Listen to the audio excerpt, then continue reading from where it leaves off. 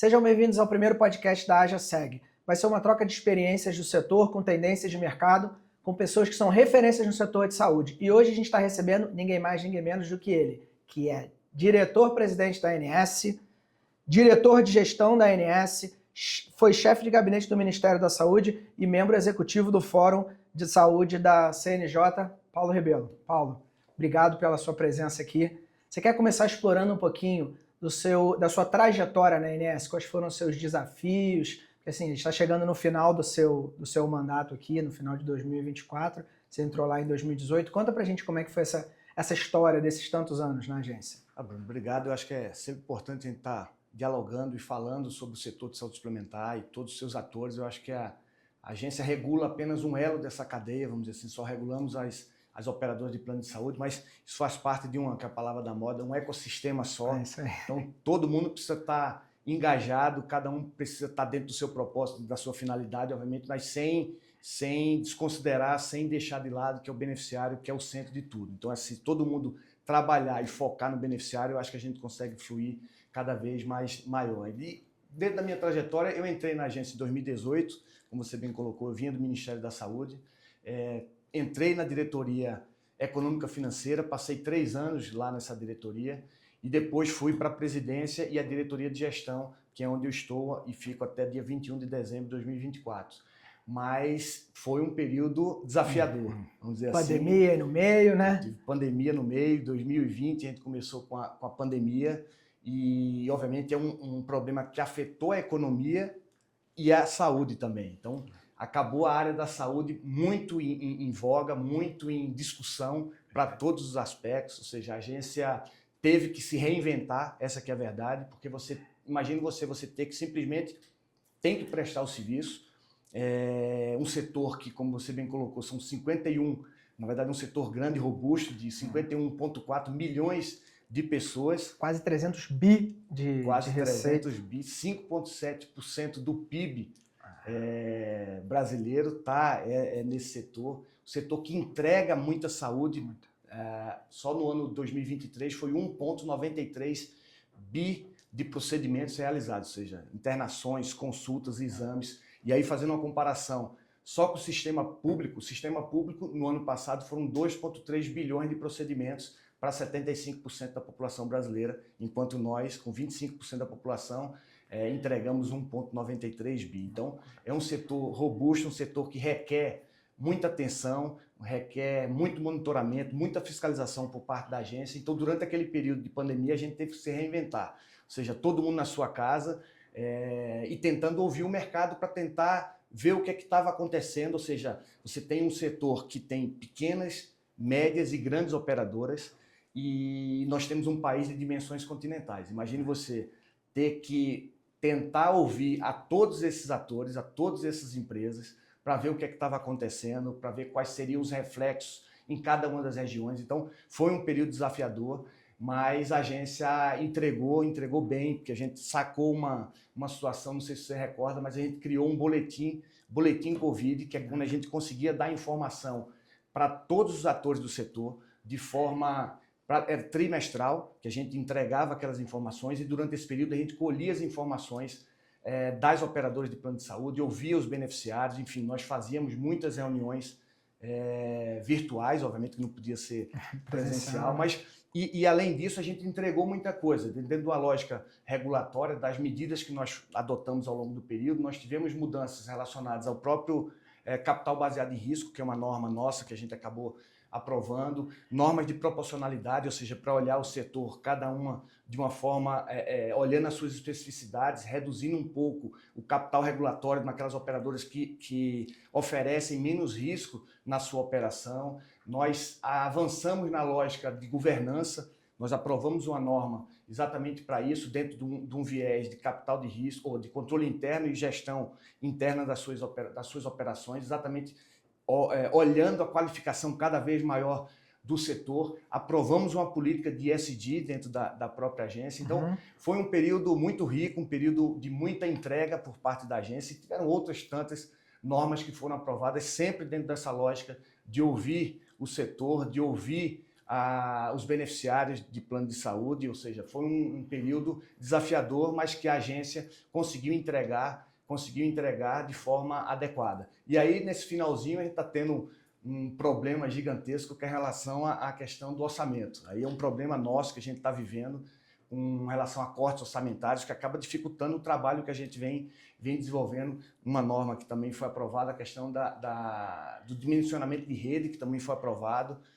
Aprovamos a discussão agora com relação à questão de política de estruturação de preços e produtos dentro da agência, que é uma demanda que a gente vai abrir para o debate, dentro de uma lógica de participação social. Então, a agência não ficou parada, não ficou estanque, sempre dentro do propósito do olhar de qualificar, obtendo informações qualificadas para estar qualificando cada vez mais esse nosso setor, que é o que importa, ou seja, uma prestação de serviço de qualidade, oferecendo acesso oportuno, uma qualidade assistencial e olhando a sustentabilidade do setor, que é, obviamente, esses 3 pilares fundamentais do setor de saúde suplementar. Excelente. E como é que você vê o setor de saúde suplementar no futuro? Veja, a gente tem um setor desafiador, é um setor que, obviamente, a gente precisa, envolve altos custos, que é o que a gente está vendo, é uma característica nossa do Brasil, mas é do mundo todo, esse ponto.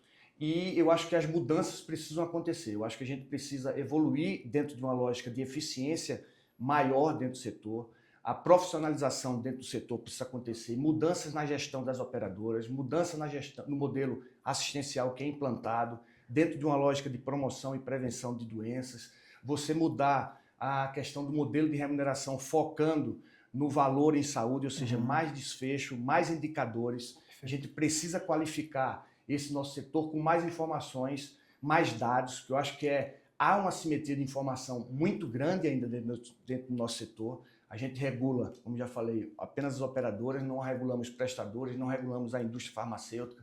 Então eu acho que a gente precisa dar passos nesse sentido, ou seja, dar passos qualificando ainda mais o setor, mas acima de tudo eu acho que todos os atores do setor precisam sentar à mesa para que as soluções dos problemas que nós temos sejam encontradas. Porque obviamente não adianta você ter uma situação em que você vai acabar onerando um elo dessa cadeia em detrimento de outro, porque no final da linha quem sustenta esse setor é o beneficiário, é ele que paga o seu plano de saúde, é ele que tem um desejo de ter um plano de saúde e precisa e deve ter atenção, precisa e deve ter uma qualificação da prestação de serviço que é feito, porque, obviamente, o limite das famílias brasileiras de custear um plano de saúde chega no seu limite. Então a gente precisa estar olhando isso, precisa estar exigindo cada vez mais a qualificação desse setor, e é isso que a gente olha e espera que aconteça, porque senão a gente vai ter dificuldade de ter um setor como esse da saúde, porque os custos estão cada vez mais elevados. Né? Perfeito. Sim, esse negócio da FENACOL lá, quase 5 mil pessoas lá no evento no Rio. Gigantesco o negócio, pense. E aí eles... Tem um cara lá que eu conheço, o presidente da FENACOL, né? Esse é um cara bom para tu falar, conversar com ele lá. Tem um filho dele, Lucas, que eu já ele está presidente da escola que eles ensinam lá, né? Fazem como se fosse uma certificação lá via SUSEP, que eles têm uma parceria boa com a SUSEP. Tem um cara, um Ayrton, que é amigo nosso lá, que está como diretor, acho que ele é conselheiro lá na SUSEP, ele está como conselheiro de administração, eu acho. Porque tem o Alessandro e tem o Ayrton. Eu conheço os dois, mas Ayrton é amigo que eu acho que seria interessante, se quisesse dar uma conversada lá com ele, porque eu estava até vendo que eu já estive lá quando era Ronaldo, eu acho que era o antigo presidente da SUSEP, para ver essa questão com relação a se a gente conseguiria fazer como se fosse uma certificação específica para a saúde, né? Para a saúde, ou tentar criar alguma coisa, sei lá, hoje você é certificado no corretor normal, você parece que você tem que ter uma prova, alguma coisa nesse sentido. Isso. No da saúde não tem isso. Isso. Você tira a sua zepinha e você já pode operar. Isso. Aí eu estava tentando ver se a gente conseguiria criar alguma coisa nesse sentido lá com eles. E aí, assim, primeiro que aí tem uma limitação nossa com relação à força de trabalho, que a gente não tem estrutura para primeiro estar fazendo essa fiscalização na ponta. E ele também não tem interesse de entrar nesse negócio. Pelo menos assim, ou ele não tinha estrutura para fazer. Porque para que a gente possa entrar nessa situação, a gente precisaria mudar a lei, para que a gente tenha competência para tanto. Agora, a gente poderia criar uma certificação dentro da agência. E essa é uma situação que eu acho que Tem que ver ainda, obviamente não vai ser mais comigo, mas assim, Uhum. esse é uma... que eu tive até com o Leandro, sabe quem é Leandro? Leandro Fonseca, que foi presidente da agência também. Não sei. Leandro, ele abriu um instituto para fazer tipo assim, ensinar os corretores de saúde. Então, especificamente. eu tive lá na abertura do evento que ele fez, lá no Rio, e aí ele está tentando fazer isso. Agora, assim, como eu acho que não tem ninguém com esse perfil, nem ninguém, tipo um instituto, uma escola específica para a área da saúde, que é o que ele está fazendo agora, ele até sugeriu isso. Só que se eu for fazer um negócio desse, vai ser muito voltado para ele, né? Para mim é ruim fazer um negócio desse. Então, nos ramos elementares, né, que a gente chama, a própria seguradora é um ente fiscalizador nesse sentido, tá? Porque se a SUSEP fica de alguma forma inativa, ou porque o cara não pagou, ou porque aconteceu alguma coisa, a seguradora notifica-se a corretora. Ele começou a conversar com o pessoal. Ele tá foi lá na Sul América, esteve lá no Bradesco, já conversando com eles para ver se eles tinham interesse de, enfim, que eles fossem lá tentar fazer algum trabalho voltado para os corretores dele lá também, enfim. Mas para mim fica ruim fazer essa certificação agora. Eu acho que assim, se ampliar, tiver alguma outra escola ou instituto, algo nesse sentido, eu acho que vale a pena a gente caminhar nesse sentido, porque aí a gente já tem algo com relação à operadora, prestador, a gente já faz mais ou menos isso, aquelas questões que são acreditadas, operadoras. Agora, corretor a gente poderia, tipo, numa linha específica nesse sentido. Agora, tem que ver.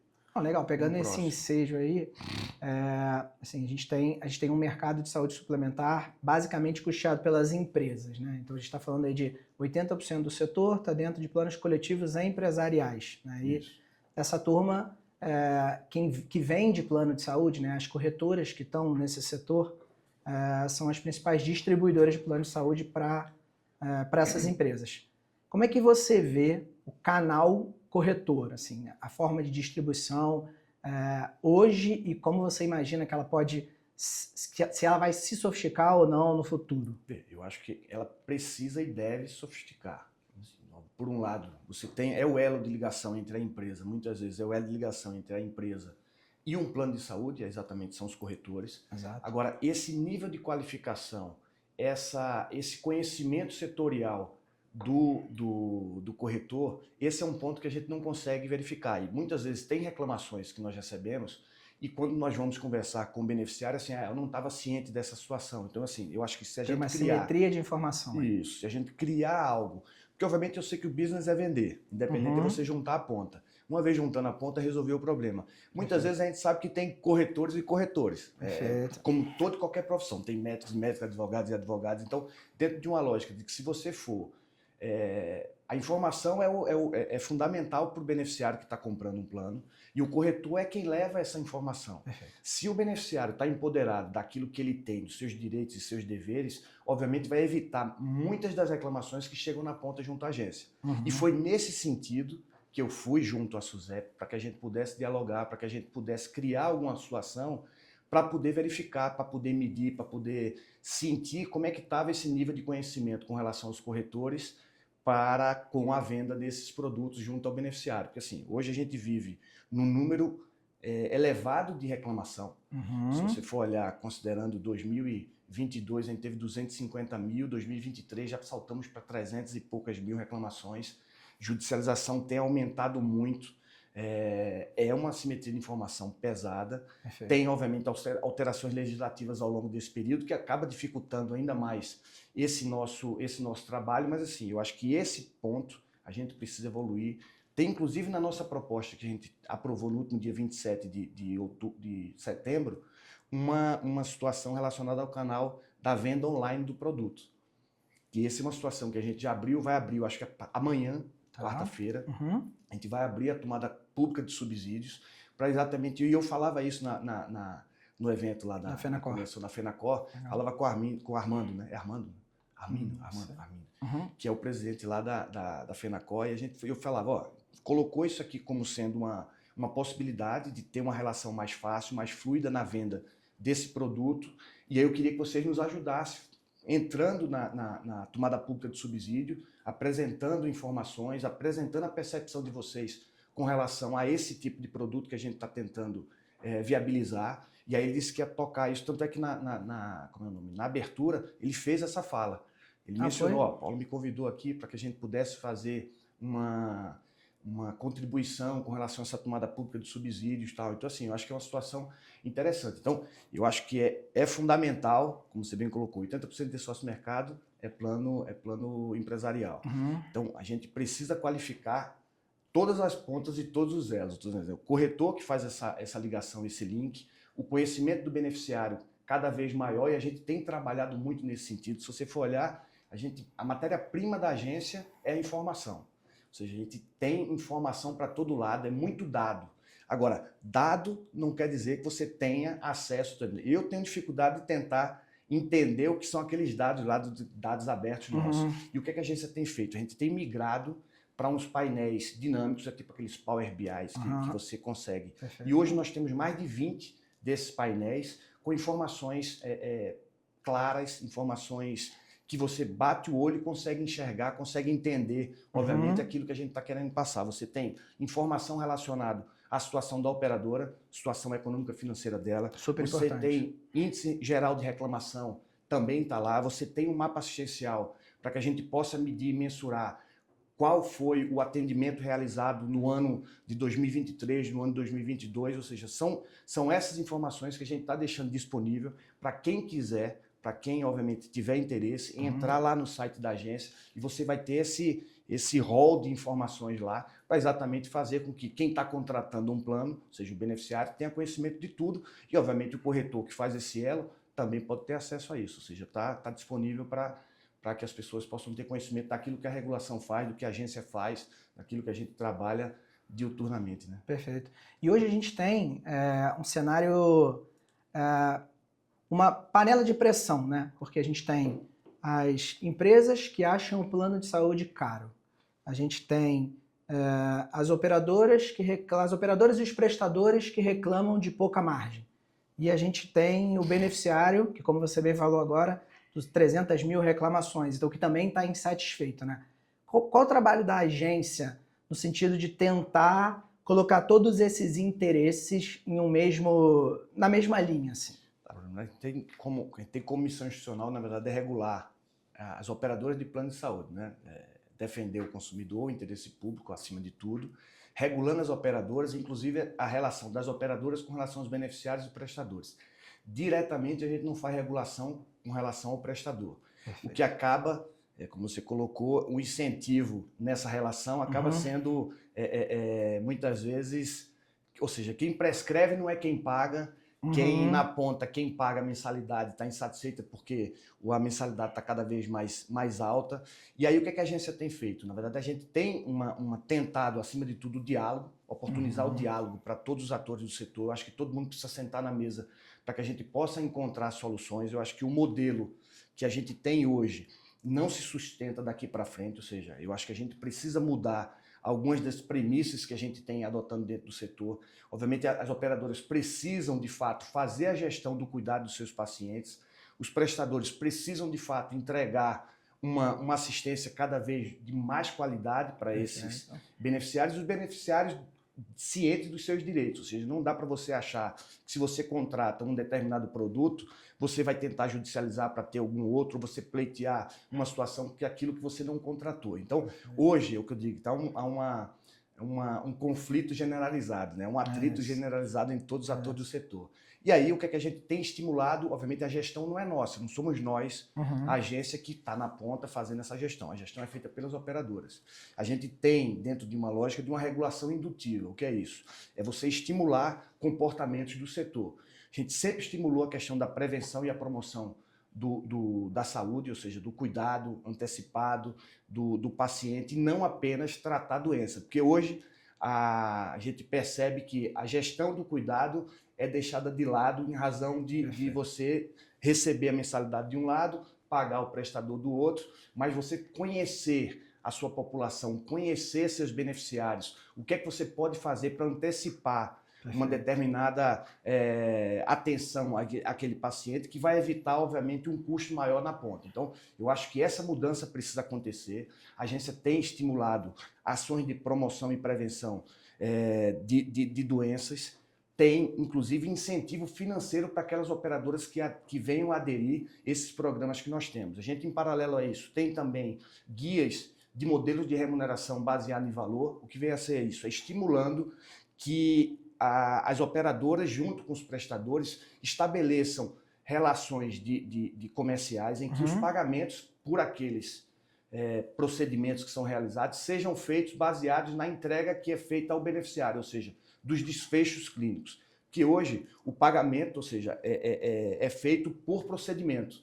Cada procedimento que é incluído, cada procedimento que é solicitado pelo médico, a operadora tem que pagar. E muitas vezes aquele procedimento, estou dizendo que está se cometendo nenhuma ilegalidade, algo que seja errado, mas você poderia, talvez, fazer uma anamnese muito mais detalhada, assim, você ouvir mais o paciente do que propriamente prescrever um tomógrafo, um exame de tomografia, coisa nesse sentido, que vem causar um custo mais alto. Então, quando você estimula um modelo de remuneração, você estimula uma relação em que o que interessa vai ser o desfecho clínico para o paciente, eu acho que a gente consegue ajustar um pouco mais, é colocar o paciente no centro desse debate. Perfeito. E aí a gente consegue quebrar ou retirar essas arestas que tem dos atores do setor. Paralelo a isso, você mencionou a questão dos planos empresariais, que é o segundo maior custo, não vou dizer investimento que a empresa, que uma empresa faz relacionado a isso. E a gente falava que as empresas, o que acontece? Ficavam no avião, sentavam na última fila. Nunca estavam interessados em tentar entender como é que se dava essa questão, essa relação entre o RH, porque muitas vezes era uma situação específica de RH, discutindo junto com as operadoras de plano de saúde, e hoje a gente já olha um comportamento distinto. Perfeito. A alta gestão participando do debate, a alta gestão discutindo os procedimentos que são adotados pela operadora, pedindo relatórios cada vez mais mensais para que você entenda como é que está se dando, ou seja, um determinado funcionário seu que tem uma determinada doença, que precisa de um tratamento, chama-se a administração da operadora para poder entender. E a agência tem feito essa aproximação junto com os contratantes. Nós temos acordo de cooperação técnica com o SESI, com a CNI, exatamente nesse intuito, ou seja, fazer com que os contratantes, como você bem colocou, 80% desse mercado está ligado aos planos empresariais, que eles promovam, solicitem essa mudança que a gente espera das operadoras de plano de saúde, ou seja, deixar de ser, ou seja, mudança na gestão, mudança na coordenação do cuidado, mudança nessa relação, no modelo assistencial, deixarem de ser hegemonicamente cuidando e tratando da doença, para a gente fazer ações de prevenção e promoção de saúde, ou seja, é isso que a gente espera, é isso que a gente solicita que o mercado faça essa mudança. E quando eu digo que o modelo que hoje vem até aqui não se sustenta daqui para frente, é nesse sentido. A gente precisa alterar essa percepção, porque obviamente você tem desafios estruturantes pela frente. Você tem o envelhecimento da população, graças a Deus estamos envelhecendo cada vez mais saudáveis, melhor. Agora, tudo isso acaba impactando dentro desse nosso setor, ou seja, é o princípio mutualista que rege nosso setor. Todo mundo paga para um fundo mutual que, no final das contas, aqueles que precisam utilizar o plano de saúde acabam se resgatando esses valores dali. Então, você tem as inovações tecnológicas batendo na porta cada vez mais rápido, cada vez mais célere, essas novas tecnologias, cada vez mais com custo cada vez mais alto para um público específico e cada vez mais, vamos dizer assim, é quase uma medicina individualizada, que é isso que a gente está vendo, é isso que esse avanço, é isso que a gente está percebendo. Isso acaba trazendo um impacto, acaba pressionando os custos do nosso setor. Não é, obviamente, uma característica do Brasil, é uma característica do mundo inteiro, certo? Esses altos custos, e a gente precisa encontrar modelos. Não é uma situação fácil, ou seja, não tem uma bala de prata para resolver o problema, mas eu acho que a gente precisa dialogar, precisa conversar, porque, obviamente, os custos vão ser cada vez mais altos. E há um desejo da população brasileira você ter um plano de saúde. Em pesquisa recente... É o segundo maior, o terceiro maior desejo do brasileiro. Desejo é você ter um plano de saúde. Então a gente precisa ver de que forma, porque assim como há no sistema público o orçamento público, no privado você tem a capacidade das famílias, ou seja, o limite das famílias brasileiras de estarem pagando um plano. Então, você tem que olhar dentro dessa lógica na sustentabilidade. Então, esse é um pouco o nosso papel, é tentar olhar a floresta como um todo e não apenas uma ave, muito embora a gente regule apenas as operadoras de plano de saúde. Né? Perfeito. E aqui eu acho curioso, né? Porque em todos os outros negócios, né? O setor de saúde ele tem algumas complexidades maiores, né? Em todos os outros negócios, as pessoas tentam entender o consumo das pessoas para vender alguma coisa. E eu acho muito engraçado que quando a gente vai nas empresas, as próprias empresas não conhecem o consumo de saúde daquela população. Né? Então, um dos trabalhos que a gente faz aqui é entender que, sei lá, por exemplo, em um supermercado, em geral, tem muito problema renal, porque as caixas do supermercado ficam sentadas muito tempo, não bebem água, e se você conhece aquela população, né, a ANS disponibiliza uma série de dados de custo de consulta, frequência de pronto-socorro, custo de pronto-socorro, que na hora que você bate isso com o consumo daquela população específica, tem uma série de ações que você consegue fazer para reduzir aquela sinistralidade, para deixar aquele contrato um pouco mais sustentável, para fazer com que o reajuste não seja tão agressivo ali na frente, né? Então, assim, o canal corretor, ele tem um papel super consultivo nesse processo. Não aconteceu, assim, acho que a gente tem evoluído bastante, não acontecia tanto no passado, na hora que as empresas começam a reclamar um pouco mais do custo, automaticamente o canal tem que se sofisticar. Então, acho que tudo está caminhando para que a gente tenha um mercado mais sofisticado, um mercado que consiga de fato entregar o que a gente chama de prestação de serviço, né? Afinal, o corretor é um prestador de serviço.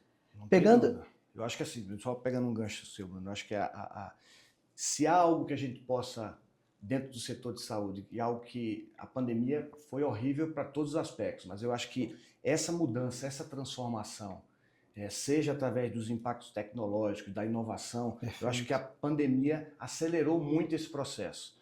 E aí, como você colocou, eu acho que os corretores também entram nesse papel, ou seja, tem esse papel primordial de você entregar cada vez mais, porque você tem, por um lado, você vai ter atores nesse setor que vão estar cobrando, vão estar exigindo, e aí essa mudança que se tivesse em termômetro, pressão e termômetro normal, eu acho que a gente demoraria um pouco mais de tempo para que essas mudanças acontecessem. Então, eu acho que a pandemia, se tem alguma coisa positiva que a gente pode extrair, é exatamente isso. E assim, porque a cobrança de todos os atores desse setor vai ser cada vez maior e, obviamente, não vai ser diferente dos corretores. Como já mencionei, é o canal de acesso entre a operadora e os contratantes, e essas pessoas que fazem esse trabalho precisam ter cada vez mais qualificados, porque vai ser cobrado seja do beneficiário, seja do contratante, e obviamente a qualificação dessas informações, desse trabalho que é realizado por vocês é de suma importância. Obrigado. E o setor tem um negócio que é muito curioso, né? Que em geral não acontece em nenhum outro setor da economia. Quanto mais tecnologia coloca, mais caro fica.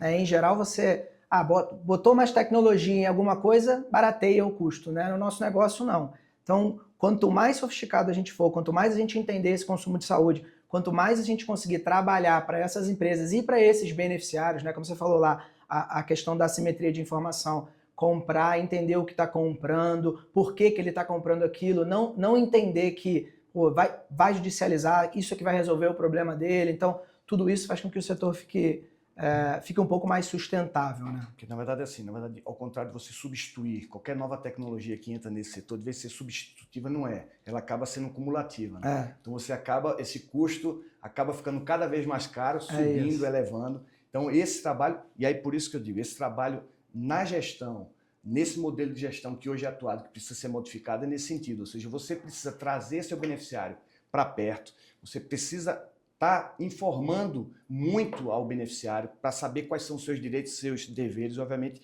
aquilo que às vezes é novo, não quer dizer que é o melhor ou que entregue aquilo que ele está esperando, porque obviamente todo mundo tem um desejo de querer sempre mais, né? E novidade, todo mundo quer a novidade, mas nem sempre a novidade oferece o resultado que se espera. Perfeito. E principalmente na saúde, que é uma coisa muito específica, personalizada. Então, esse contato, seja do corretor, seja do contratante, seja dessa mudança que a gente espera que a operadora faça na gestão do cuidado, vai fazer com que, obviamente, a gente consiga fazer com que haja uma redução do custo. Obviamente, a prestação de serviço precisa ser dada, a qualidade assistencial é inegociável dentro desse processo. Agora, uma ineficiência, vamos dizer assim, em todo esse processo, há um custo elevado que a gente pode reduzir a patamares mais baixos do que a gente tem visto hoje. Então, essa mudança precisa acontecer de todos os atores para que todo mundo possa estar dentro desse setor, que obviamente é um desejo, como a gente já tinha falado aqui, é o terceiro maior objeto de consumo da população brasileira. Perfeito.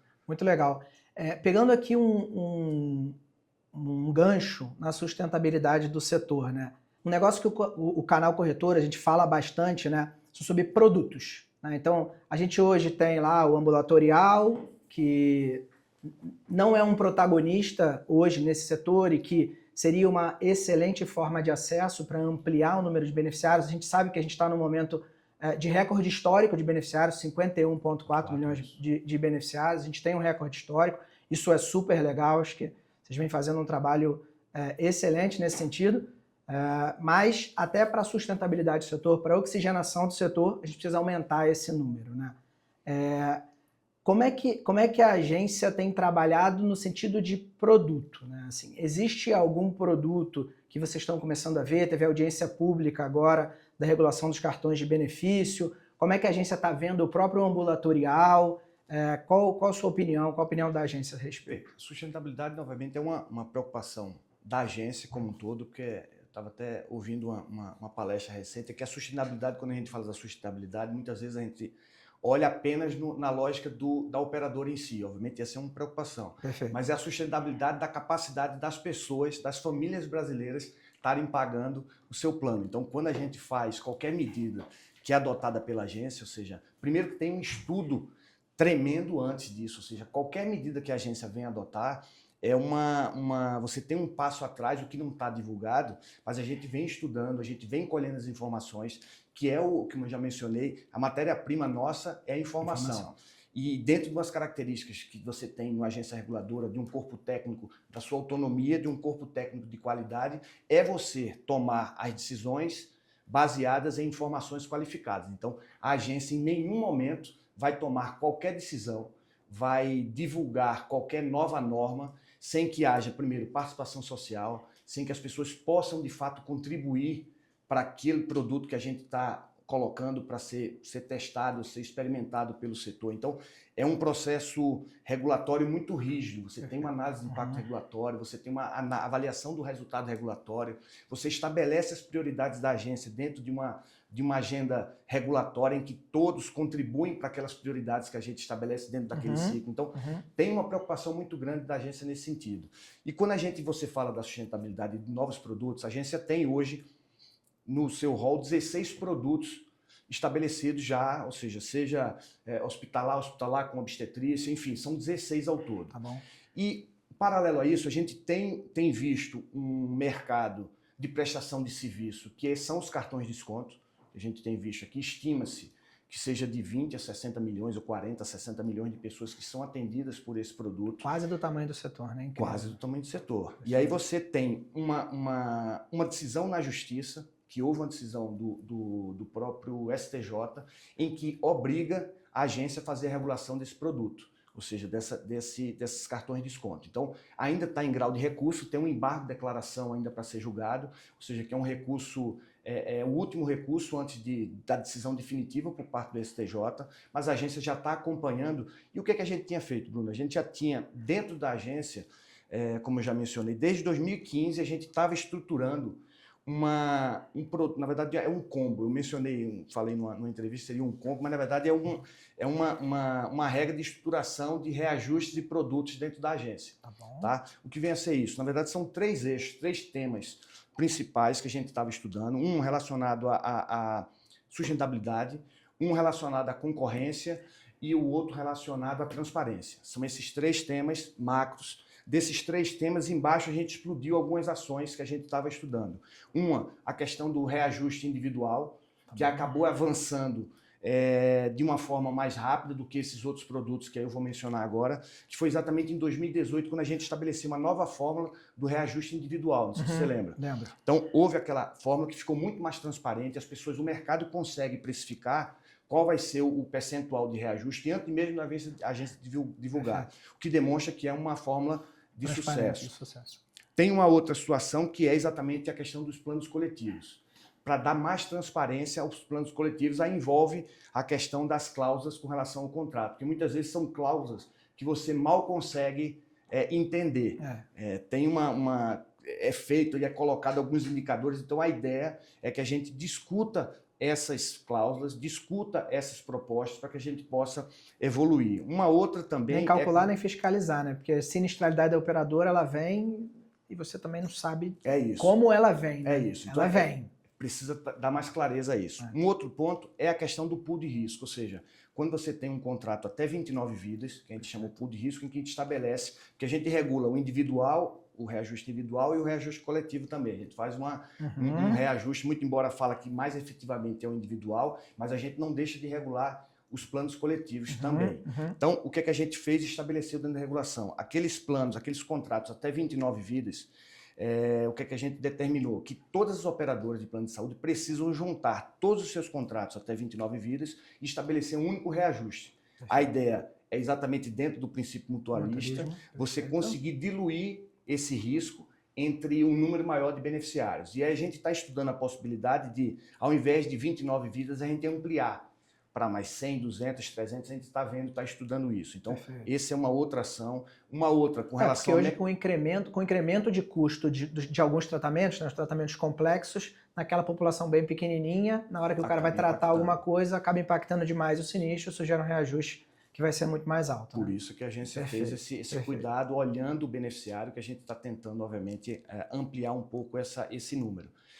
Uma outra ação é exatamente a venda online, que a gente já tem na regulação a possibilidade, mas a gente está tentando ver de que forma a gente pode expandir e esse canal ser mais utilizado por todos. Uma outra é a questão da própria revisão técnica. Vou falar antes da revisão técnica, eu acho que é um tema que é mais, vamos dizer assim, que requer um pouco mais tem mais um apelo, vamos dizer, midiático, assim, com relação ao mercado em si. Mas tem um outro produto que a gente está estudando, é a questão do mecanismo de financeiro de regulação, que vem a ser a participação em franquia, que isso, em um momento, a agência já havia aprovado lá atrás, mas teve uma decisão do STF que acabou fazendo com que a gente tivesse que revogar essa norma. E a gente está tentando rediscutir isso, trazer de novo para a discussão, dentro daquela lógica de transparência, de participação social, é isso que a gente está fazendo. E uma última é a questão da revisão técnica, que foi está na lei na 9961, que é a lei de criação da agência, que dá competência para a Agência Nacional de Saúde Suplementar fazer a revisão técnica, estabelecer a revisão técnica. E o que a gente está fazendo agora é apenas ouvir o mercado. Ou seja, a gente vai estabelecer critérios, a gente está abrindo ainda a oportunidade para que todo mundo possa apresentar as suas sugestões, que eu acho que todo e qualquer contrato que você tem uma cláusula, você tem a possibilidade de você readequar isso. Obviamente, a gente tem que ter um cuidado, que não vai ser uma coisa que você pode bater na porta toda hora, em todo instante, em todo ano, para fazer aquela revisão, até porque você tem que ter a questão da eficiência. Você não pode simplesmente, se você for um mau gestor, ou você não estiver gerindo de forma adequada aquela operação... Simplesmente repassar o custo. Não vai repassar o custo, não é isso que a gente está querendo fazer. Então, eu já havia mencionado que, embora a gente não tenha ainda feito a norma, estabelecido a norma, mas eu já tinha adiantado que o que é que eu quero fazer. Eu entendo que a gente precisa ter um prazo, uma vez aprovado, para repassar esse valor, seriam em anos, ou seja, 2, 3, 4, 5 anos, a gente tem que ver como é que seria isso. Então, são questões que muito se fala que vocês estão querendo simplesmente repassar o custo. Não é isso. Na verdade, é dentro daquela lógica do olhar a floresta como um todo, porque se você for olhar, se você não tem uma operadora que você não está saudável, com liquidez, com solvência econômica financeiramente falando, essa operadora vai quebrar. Ela quebrando, o que é que vai acontecer? Essas pessoas vão ficar desassistidas. Então, essa é a nossa preocupação. Então, quando a gente olha, muitas vezes as pessoas não entendem qual é o nosso propósito, que acham que simplesmente a gente está querendo repassar o custo para o beneficiário. Não é isso. Lembrando que toda e qualquer operadora não tem dinheiro, quem tem dinheiro é beneficiário. A operadora apenas faz a gestão daquele recurso. Então, a gente precisa olhar o todo, olhar que o beneficiário permaneça dentro do setor, obviamente recebendo uma prestação de serviço cada vez mais de qualidade, que é isso que a gente está exigindo, que as operadoras, de fato, façam a gestão do cuidado e se mantenham solventes para que você possa prestar esse serviço aos beneficiários. Então, a gente está estudando isso, vai abrir o debate, vai abrir o diálogo ainda. Tivemos uma audiência pública no último dia 7 de outubro. Vamos, a partir de amanhã, a gente vai divulgar a tomada pública de subsídios, em que todos podem fazer as suas contribuições, e aí depois a gente volta para dentro de casa, vamos dizer assim, para a prancheta, para olhar, para estruturar uma norma, para avaliar se a gente avança nessa proposta, se não avança, se a gente apenas cria um guia orientativo, se a gente apresenta uma norma, uma proposta de norma. Uma vez apresentada essa proposta de norma, a gente novamente leva para a submissão de todos, da participação social, tem um prazo de 45 dias para ficar em consulta pública. Então, são essas medidas que a gente vem adotando. E tem uma outra, que é exatamente a questão do plano ambulatorial.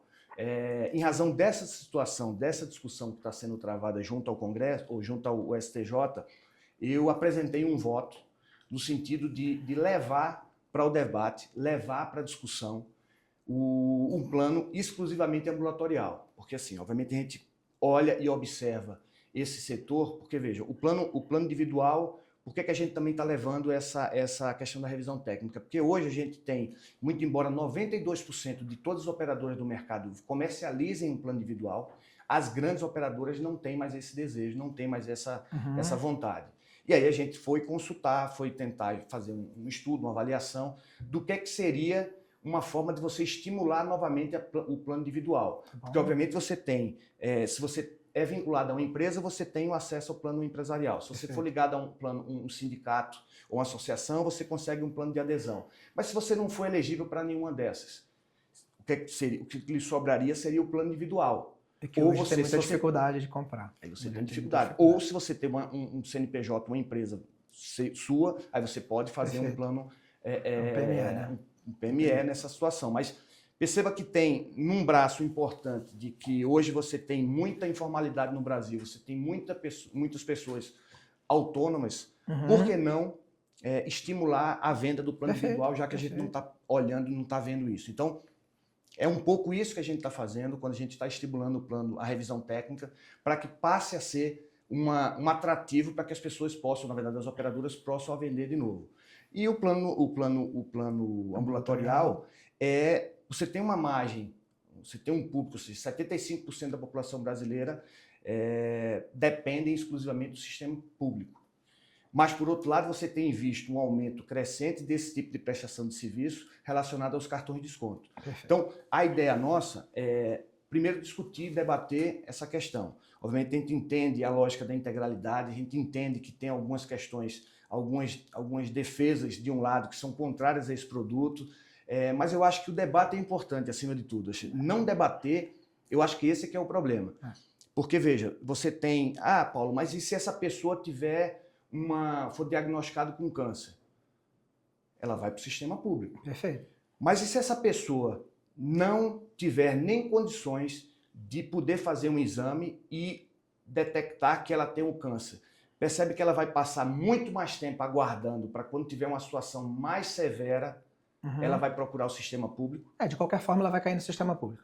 Então, o que a agência está fazendo, tentando estimular o debate, é um pouco isso. Tem uma população que tem o desejo de ter um plano, e se você, dentro da lógica da informação, se você comercializa um produto em que você vai dizer, eu tenho direito a consultas e exames nessa clínica, e a pessoa aceita e quer contratar aquele produto, eu acho que a agência tem que dar essa oportunidade, a gente tem que debater esse assunto para que a gente possa ampliar o acesso, obviamente, aí a população brasileira que quer ter desejo de ter um produto que possa, enfim, fazer a sua prevenção, antecipar um determinado problema. Então, eu acho que esse é o debate, eu acho que tem que ser feito dessa forma, a agência está imbuída nesse propósito, a gente vai começar também a questão da tomada pública de subsídios para colher informações, para poder avançar. Eu acho que e no final, quando ele tem acesso a um plano, seja ele o ambulatorial puro, como você está falando, né, consultas e exames, bem ou mal, ele consegue fazer prevenção da saúde dele. Então, ele pelo menos tem o conhecimento de como ele está se sentindo baseado em algum tipo de exame, né? Não é aquele achismo, não é a fila, porque bem ou mal, assim, a gente consegue descarregar um pouco o sistema de saúde pública. De fato, na hora que tiver alguma coisa um pouco mais complexa, ele vai cair lá, mas ele já cairia de todos os jeitos, né? Então, assim, o que está mudando? Não está mudando, né? Está melhorando, em teoria. E a gente só está considerando aqueles casos específicos que são uma situação mais grave. Mas tem aqueles casos mais simples que você pode resolver. Vou dar exemplo de um próprio diretor da agência, ele que teve uma uma pessoa funcionária que trabalhava com ele, apareceu com um determinado, enfim, um problema no nariz ou coisa assim. Ela foi deixando. Se ela tivesse ido, feito uma consulta ou algo parecido, ela poderia ter, obviamente, tomado um antibiótico e resolvido o problema. Perfeito. Ela acabou tendo que se internar, que na verdade era filha da mulher que trabalhava lá com esse nosso diretor. E aí, se você tivesse esse produto, com certeza ela já teria se tratado, ela já teria tomado a medicação adequada e não teria tido que ir para uma Santa Casa, que é onde ela foi, acabou indo para a Santa Casa e passou 3, 4 dias internados. Então, assim, a gente sempre olha uma lógica mais grave, mas você tem toda uma consulta e exame para aqueles casos em que você pode resolver de uma forma mais simples. Isso, coordenação do cuidado ali embaixo. É isso aí. Ah, perfeito. Então, esse é o debate que a gente está querendo fazer. Não é um debate fácil, obviamente, mas eu acho que o propósito nosso é isso aí, a gente tem que levar para discussão. Eu acho que até para o canal de distribuição, né? Tem várias vezes que assim, a gente aborda as empresas e as empresas não têm budget para fazer. Eu não tenho, mas gostaria. Assim, no final, esse é um negócio que gera retenção do funcionário, gera produtividade, gera atração de talento.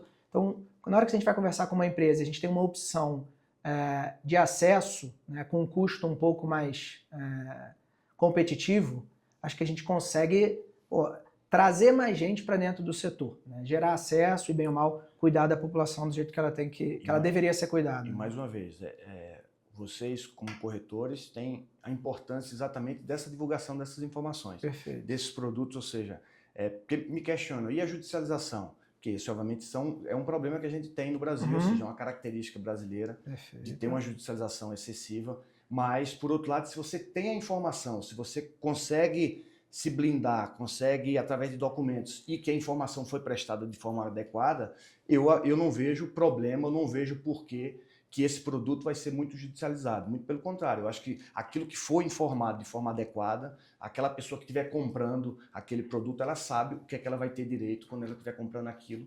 E, obviamente, sem prejuízo, obviamente, da gente tentar avançar e evoluir dentro da lógica da integração do público e do privado. Porque eu acho que esse é um outro caminho que a gente precisa fazer. Ou seja, eu acho que essa ligação entre o público e o privado, a gente tem um sistema brasileiro de saúde.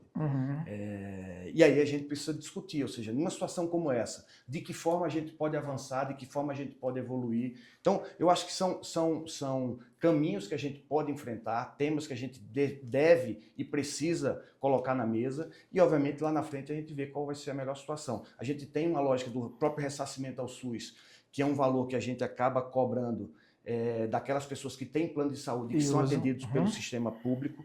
A gente tem esse valor e repassa para o Fundo Nacional de Saúde. Por que não, talvez, utilizar esse recurso para atendimento a essas pessoas que, de fato, já têm um produto de cartão ambulatorial, cartão de desconto? Veja, trazendo agora, surgiu agora essa ideia. São situações que a gente pode enfrentar. Agora, precisa ser colocado na mesa para debater. Senão, fica só numa gaveta, ninguém querendo enfrentar. Perfeito, o debate é super saudável. Agora, falando um pouquinho de venda online. Eu tô ligando e tá funcionando. Fala aí, mas pô, como é que eu vou estar falando com a mulher, vendo uma pergunta dela? Eu disse, não, a agência tá aqui à disposição, tá aqui meu e-mail, tá aqui meu celular, eu sapequei meu celular no ar. Mentira! Meu Deus do céu! Aí ela perdeu o Bruno fazendo assim, ó. Aí foi, pô. Teve celular pessoal, não. Porque eu só tenho o pessoal. Quantas mensagens você recebeu? Eu recebi uma porrada no começo, mas depois você dá uma acalmada. Mas assim, vocês são. É um momento que você precisa estar. Claro, alguma coisa você tem que fazer, né? Aí eu até brinquei com ela, me apertaram sem abraçar, não sei o quê, até brinquei na hora. Tá? Olha, você vai dar seu telefone mesmo, esse sorrisão aí, vamos fazer isso, vai ter que fazer. Na FENACOM foi do mesmo jeito. Eu tava lá e o cara fez uma pergunta, porque tem um município, não sei aonde, que eu tô tentando resolver e não consigo. Aí eu disse, liga pro 0800. Eu disse, não, mas nunca funciona. Eu disse, quando eu sair daqui, eu dou meu celular. Aí todo mundo, que satisfeito.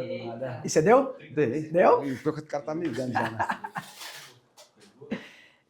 Mas eu tento resolver esse negócio assim. Muita gente manda pro WhatsApp, essa coisa de LinkedIn, redes sociais, esses caras entram. O WhatsApp é porque quando tem meu contato, mas quando não tem, ele pega no Instagram, eu deixo aberto. Aí, meu irmão, é pancada, porrada, aí não tem. Não quando tem foi jeito, esse negócio do transtorno do espectro autista lá naquela. Ali foi pancada. Ali foi já. porrada, porque os caras vieram pra cima e me enforcavam, faziam um negócio. Só que minha mulher ficou naquele negócio, porque começaram a descobrir minha mulher. Aí ia lá, pegaram, começavam a seguir ela. Aí ela ficava olhando, o dela é fechado. Quando ela começou a abrir, a turma descendo a lenha pra cima dela, é uma pancada. É pancada. Setor público é dureza. Aí eu viajei esse ano, né? Tava viajando e colocou um negócio de uma foto lá dela. Aí a gente tava fora, foi pra França e tal. Aí fui pra CPI lá na Alerj. Aí tá na CPI e tal, conversando com os caras. Ele tá cuidando, quer matar os nossos filhos, eles estavam viajando. Sabe aquele negócio aqui da tela? E o pau torando lá, ele não tem o que fazer, eu tô lá, não sei o que, tá? É fogo mesmo. Vem cá, agora você acha que faz parte. Venda online. Então, eu perguntei ele o que ele achava. Até do Arminho, sei lá. Ele disse, não, isso aqui é bom pra gente. Hoje a gente tá cada vez mais ampliando isso. Por isso que era bom tu dar uma olhada ver o que é que tu acha pra gente dar uma... É porque é engraçado, assim... Porque assim, na nossa lógica, a venda online é um pouco você possibilitar que o beneficiário entre em contato com a operadora e contrate seu serviço, né? Mas, assim, eu acho que isso acontecer, sabe qual é o problema? O que eu vejo, assim? As seguradoras hoje, elas já não estão conseguindo dar conta de atender corretor. Imagina atender beneficiário. Assim, vai ser inviável. Tanto é que hoje tem essa norma há muito tempo, mas está parada lá, quase ninguém... E assim, mas no Brasil... uma lógica da gente... Porque também tem aquela coisa do acesso, né? Essa nossa discussão, a gente tem que colocar uma... Tanto é que assim, a revisão técnica a gente só conseguiu avançar, porque assim, a área técnica é contra. Por mais que seja algo legal, mas você tem um conflito de interesse. Tem sabe conflito, assim, claro, aquela lógica é feito ambulatorial. Tem tipo um fla-flu interno dentro da agência, porque assim, uns concordam, outros não concordam, porque acha que você tem uma... E eu entendo um pouco os que não concordam com a questão do ambulatorial. Mas por outro lado é o seguinte, esse romantismo de quando você entra na agência, quando eu entrei, você precisa ter uma lógica da integralidade. As pessoas que contratam um produto, você tem que ter direito à prevenção, à promoção, ao tratamento, ao ir a um médico, se recuperar, aquela coisa toda, que é o que está estabelecido na Constituição. Perfeito. Mas, por outro lado, você tem a gente vive num país pobre, não tem como você achar que essas pessoas não necessitam. Tava caso de... Cara, ontem mesmo estava falando, aquele Gebran, você fez uma consulta, aí foi diagnosticado com câncer. Você foi tentar fazer uma consulta específica lá para ver, uma outra lá. O cara demorou 8 meses para você marcar essa próxima consulta. É um absurdo um negócio desse assim. Se o câncer for mais brabo, ele morre no meio do caminho. Eu sei que você não vai conseguir, se você for diagnosticado com uma necessidade de uma cirurgia ou coisa parecida, não vai ser aquele produto que você contratou que vai lhe dar aquele suporte. Mas você vai ter uma informação antes que você vai tentar correr atrás e você se tratar. Eu acho pior você não ter informação do que simplesmente você... E outra, por que eu vou ser a pessoa que eu vou impedir esse tipo de produto para quem quiser comprar? Porque assim, uma coisa hoje já existe, né? Já tem como. É isso, já tá todo mundo comprando. Isso é que eu acho mais absurdo e as pessoas não concordam e tal, mas esse é que é o absurdo. Por que você não possibilita que esse produto esteja embaixo da regulação? Eu estava com o Arminio Fraga essa semana agora, no evento lá, no instituto lá dele. E aí ele fez, por que agora vocês estão fazendo esse tipo de produto, não sei o quê? Eu disse, por que não? Por que não fazer? Porque assim, o que eu tô querendo primeiro, debater. Não estou dizendo que vai ser isso que vai acontecer. Mas é uma situação que já está posta. Eu não vejo ninguém aqui, que era uma plateia lá, estava lá com a gente, eu não vejo ninguém aqui se insurgindo contra o cartão de desconto.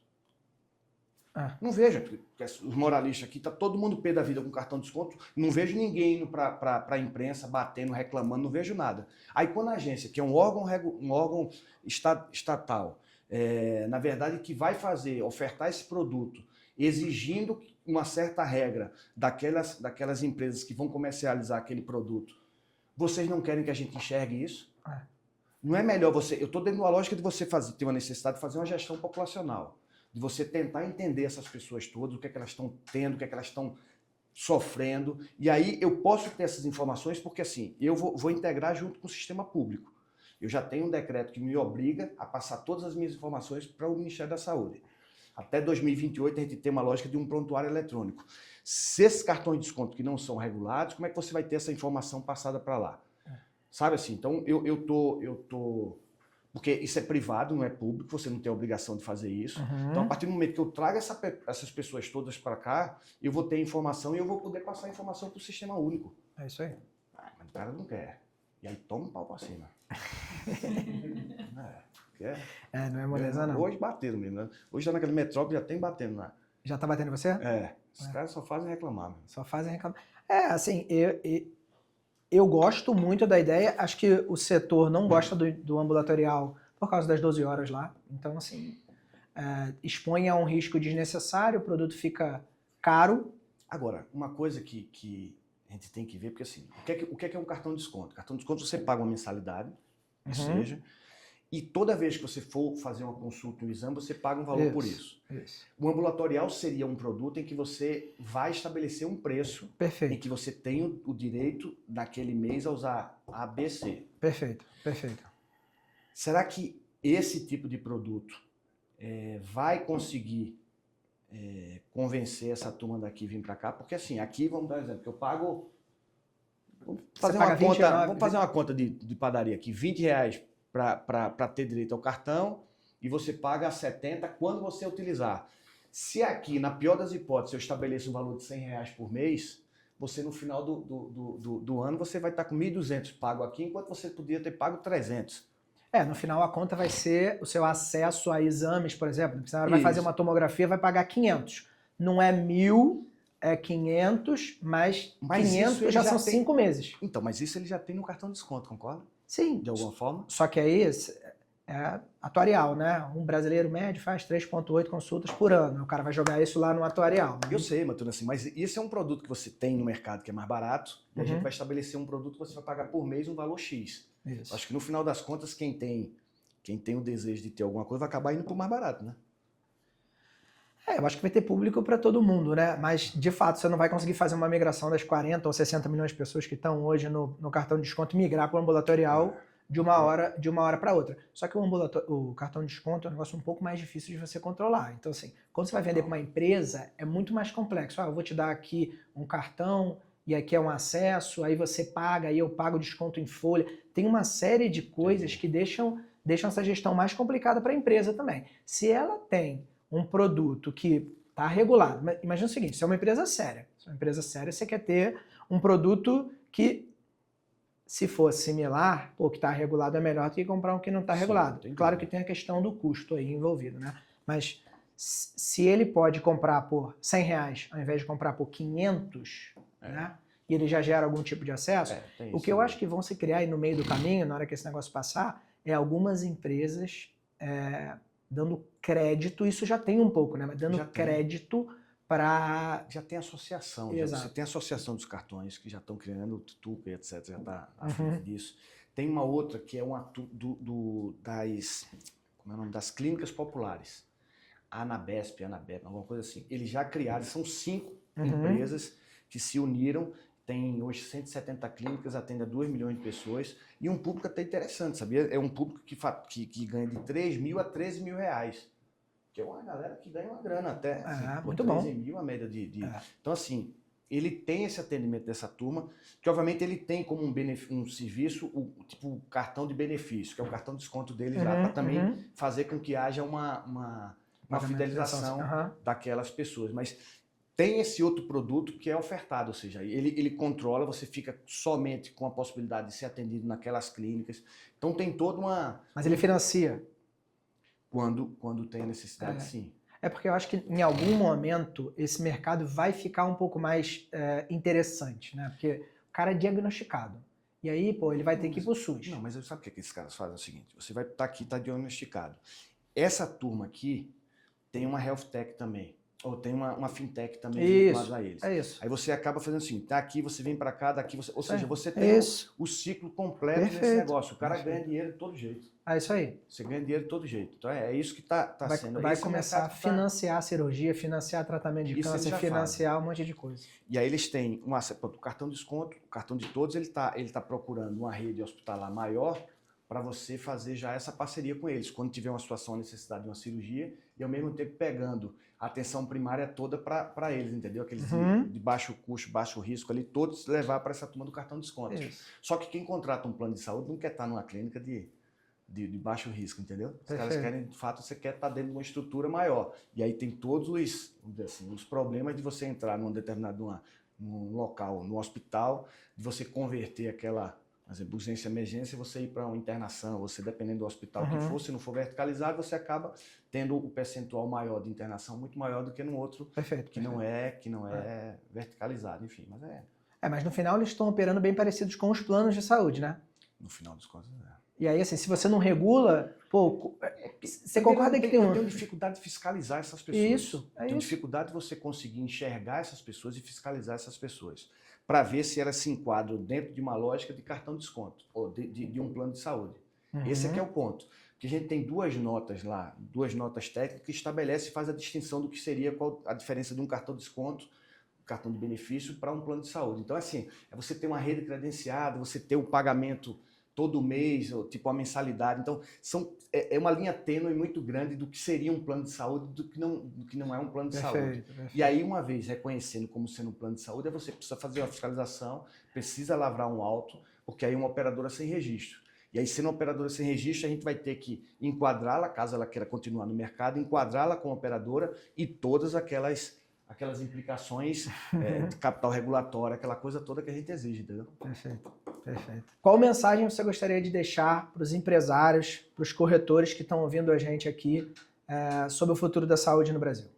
Bom, primeiro, antes de mais nada, a agência está sempre à disposição de todos. Eu acho que a gente tem um papel de estar cada vez mais abertos para o diálogo. Eu acho que a construção de soluções para esse problema se dá através de ouvir a todos dentro de uma relação dialógica em que todos os atores do setor possam apresentar as suas propostas para que a gente possa, obviamente, apresentar as soluções para os problemas que a gente tem. Na verdade, é a regulação que desenvolve esse setor, é através da regulação que todos os problemas devem ser apresentados e as soluções também serem construídas através das agências reguladoras que nós temos no nosso país. E a agência está nesse propósito, ou seja, cada vez mais qualificada, cada vez mais ouvindo o setor, colhendo as informações para as suas tomadas de decisão. Então, eu acho que todos do setor podem contar com a agência nesse sentido, para que a gente possa, obviamente, juntos, construir uma saúde cada vez mais de qualidade,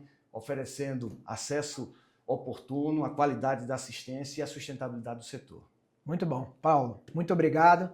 Pessoal, esse foi só o nosso primeiro podcast. A gente já começou com chave de ouro aqui, mas vão ter outras com outras referências do setor de saúde. Obrigado pela participação de todo mundo. A gente se vê em breve.